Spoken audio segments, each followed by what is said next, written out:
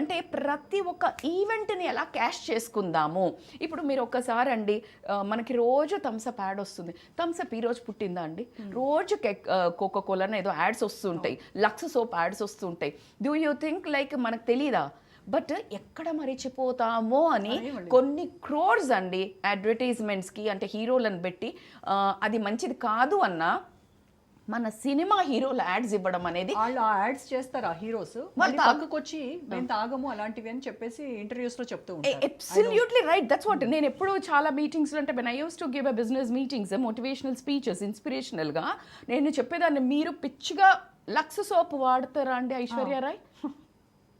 Lux సోప్కి add ఇస్తారు. అంటే మనం పోయి సబ్బు అంటే లక్స్ అనే మైండ్కి వెళ్ళి, పాతోళ్ళు అయితే ఒక లక్స్ సబ్బు కొనుక్కరు అంటారు, అది రెగ్జోనా కొనుక్కొచ్చిన వాడతారు. సబ్బు అంటే లక్స్. సో ఇలాంటి ఒక సర్ఫ్ ఈజ్ అనేది అసలు సర్ఫ్ బ్రాండ్, డిటర్జెంట్ పౌడర్ కాదు. So that's how like we got you tuned. What you see you will pickup.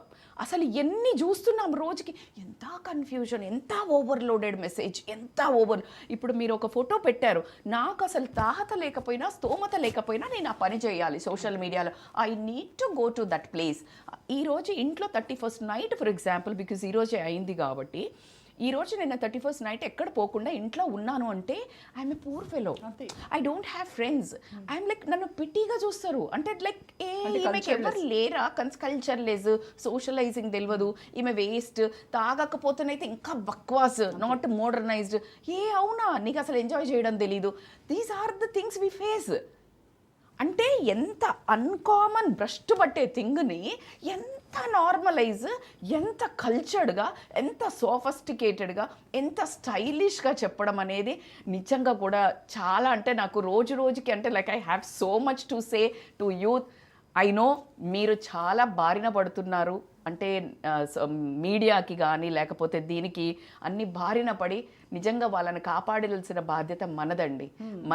మన సోషల్ మీడియాది, అంటే మనకి ఏదైతే మనం ఈ నెట్వర్క్స్లలో చెప్తున్నామో. ఎందుకంటే I request all the youth ఏంటంటే, ఇట్స్ ద టైం మీరే సెల్ఫ్గా బయటపడాలి.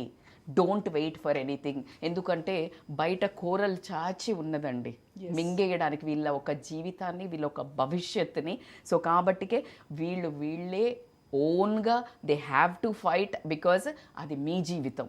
ఎవరి మీదో బ్లేమ్ చేయొద్దు. ఐ నో నేను రీజన్స్ చెప్తున్నాను, but it is a time for you to set your own goals and come out of it.